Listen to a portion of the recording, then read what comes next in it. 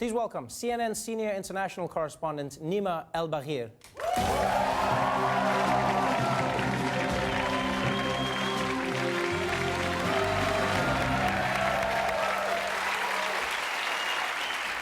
Welcome to the show. Thank you so much. Your story that broke on CNN about the slave trade in Africa was one that was truly one of the most shocking stories most people had ever heard. Slavery in 2018.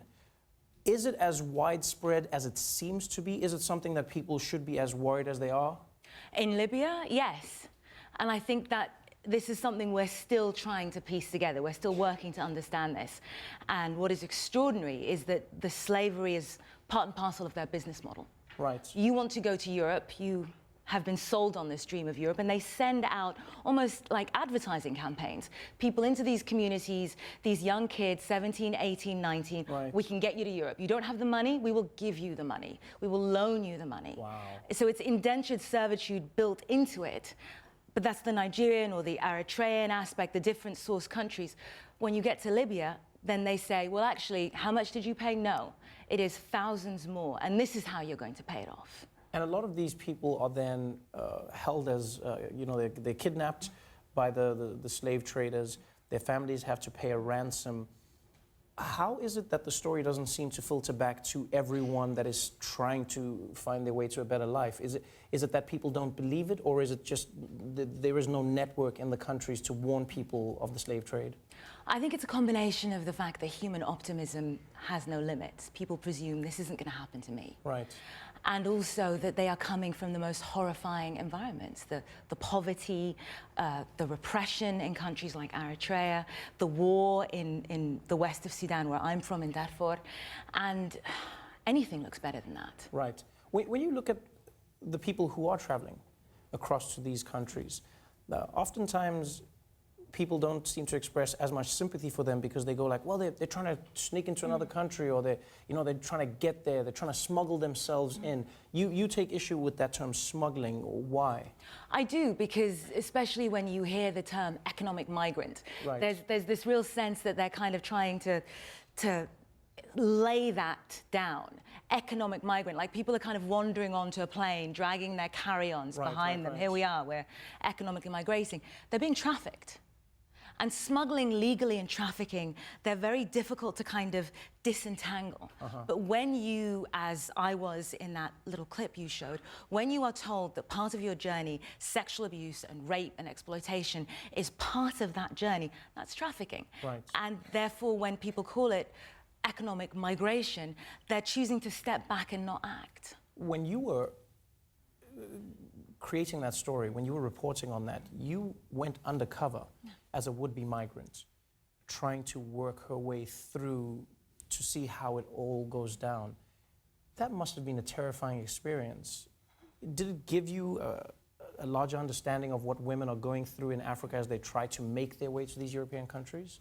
Yeah, because in the moment, I think, of course, I know intellectually that, first of all, I'm not alone. I had my amazing producer, Lillian Leposa, with me, and we had a backup plan.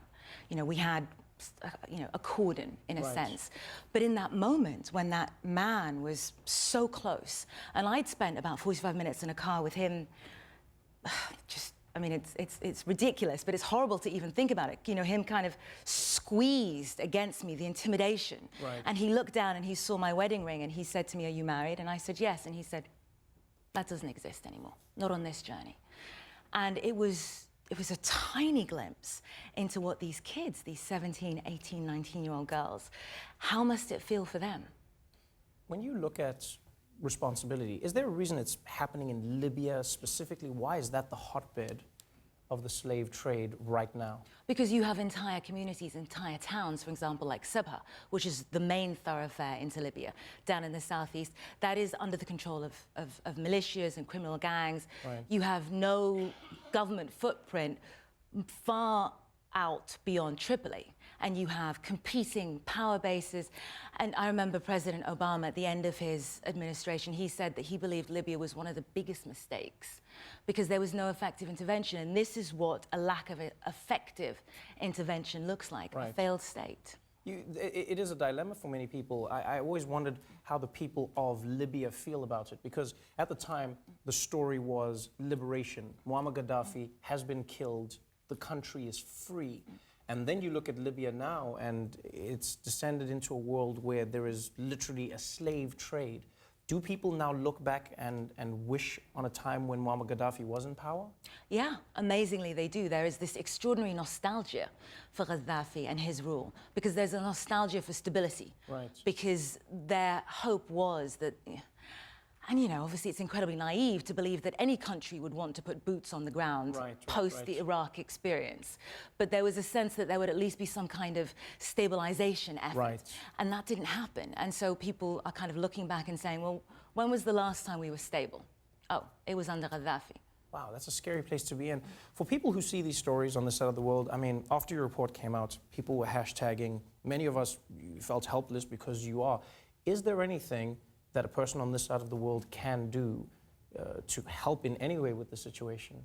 Well, I mean, we are honestly just so incredibly grateful that you've had me on tonight, because as long as we keep reminding people that this is still happening, because I think at the time everybody heard all this noise and we all thought, well, someone somewhere, I don't know who is, but someone is doing something, goddammit. But of course, no one was. Wow. The Security Council met 4 times, and they still haven't found an effective way through this. But I think if we keep reminding them that we care, then I think ultimately they will be forced to do something.